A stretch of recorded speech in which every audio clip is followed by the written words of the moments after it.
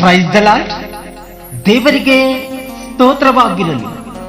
ಈ ದಿನದ ಕೀರ್ತನೆಗಳು ಪ್ರಧಾನ ಗಾಯಕನ ಕೀರ್ತನೆ ಸಂಗ್ರಹದಿಂದ ತೆಗೆದದ್ದು. ಉದಯದ ಜಿಂಕೆ ಎಂಬ ರಾಗದ ಮೇಲೆ ಆಡತಕ್ಕದ್ದು. ದಾವೀದನ ಕೀರ್ತನೆ 22ನೆಯ ಅಧ್ಯಾಯ 1ನೆಯ ವಚನದಿಂದ, ನನ್ನ ದೇವರೇ, ನನ್ನ ದೇವರೇ, ಏಕೆ ನನ್ನನ್ನು ಕೈಬಿಟ್ಟಿದ್ದಿ? ನೀನೇಕೆ ನನಗೆ ಸಹಾಯ ಮಾಡದೆಯೂ ನನ್ನ ಕೂಗನ್ನು ಕೇಳದೆಯೂ ದೂರವಾಗಿದ್ದಿ? ನನ್ನ ದೇವರೇ, ಹಗಲಿನಲ್ಲಿ ಮೊರೆ ಹಿಡುತ್ತೇನೆ, ಪ್ರತ್ಯುತ್ತರವೇ ಇಲ್ಲ. ഇരുಳಿನಲ್ಲಿಯೂ ನನಗೆ ಉಪಶಮನವಿಲ್ಲ. ಇಸ್ರಾಯೇಲರ ಸ್ತೋತ್ರ ಸಿಂಹಾಸನದಲ್ಲಿರುವಾತನೇ, ನೀನು ಪವಿತ್ರ ಸ್ವರೂಪನು. ನಮ್ಮ ಪೂರ್ವಿಕರು ನಿನ್ನಲ್ಲಿ ಭರವಸೆ ಬಿಟ್ಟರು, ನಿನ್ನನ್ನು ನಂಬಿ ಉದ್ಧಾರವಾದರು. ನಿನಗೆ ಮೊರೆಹಿಟ್ಟು ವಿಮುಕ್ತರಾದರು. ನಿನ್ನಲ್ಲಿ ವಿಶ್ವಾಸ ಬಿಟ್ಟು ಆಶಾಭಂಗ ಪಡಲಿಲ್ಲ. ನಾನಾದರೂ ಉಳದಂಥವನೇ ಹೊರತು ಮನುಷ್ಯನಲ್ಲ. ಮನುಷ್ಯರಿಂದ ನಿಂದಿಸಲ್ಪಟ್ಟ ಜನರಿಂದ ತಿರಸ್ಕಾರ ಬಂದಿದ್ದೇನೆ. ನನ್ನನ್ನು ನೋಡುವವರೆಲ್ಲರೂ ಹಾಸ್ಯ ಮಾಡುತ್ತಾರೆ.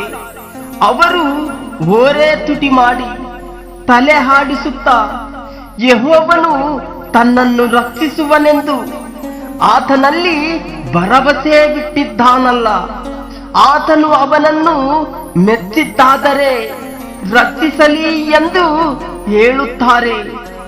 ತಾಯಿಯ ಗರ್ಭದೊಳಗಿಂದ ನನ್ನನ್ನು ಬರಮಾಡಿದವನೇ ನೀನಲ್ಲವೇ? ತಾಯಿಯ ಎದೆಯಲ್ಲಿ ನನ್ನನ್ನು ನಿಶ್ಚಿಂತೆಯಿಂದ ಇರಿಸಿದವನು ನೀನಲ್ಲವೇ?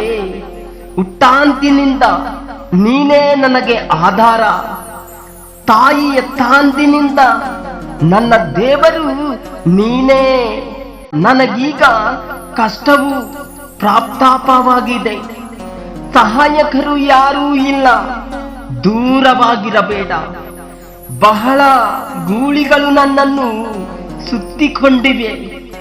ಬಾಷಾನಿನ ಬಲವುಳ್ಳ ಓರಿಗಳು ನನ್ನನ್ನು ಮುತ್ತಿಕೊಂಡಿವೆ.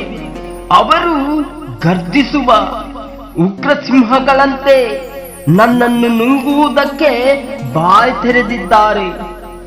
ನಾನು ಒಯ್ಯಲ್ಪಟ್ಟ ನೀರಿನಂತೆ ಇದ್ದೇನೆ. ನನ್ನ ಎಲುಬುಗಳೆಲ್ಲ ಸಡಲಿ ಹೋಗಿವೆ.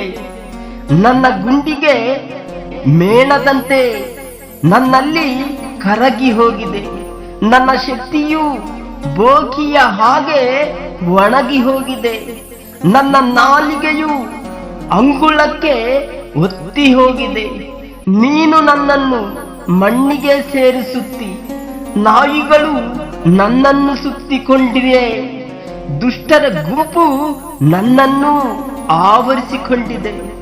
ನನ್ನ ಕಾಲುಗಳನ್ನು ತಿವಿದಿದ್ದಾರೆ. ನನ್ನ ಎಲುಬುಗಳನ್ನೆಲ್ಲ ಎಣಿಸುವುದಕ್ಕಾಗುವುದು. ಅವರು ನನ್ನನ್ನು ನೋಡಿ ನೋಡಿ ಹಿಗ್ಗುತ್ತಾರೆ. ನನ್ನ ಮೇಲುದಿಕೆಯನ್ನು ತಮ್ಮಲ್ಲಿ ಪಾಲು ಮಾಡಿಕೊಳ್ಳುತ್ತಾರೆ. ನನ್ನ ಅಂಗಿಗೋಸ್ಕರ ಚೀಟಿ ಹಾಕುತ್ತಾರೆ.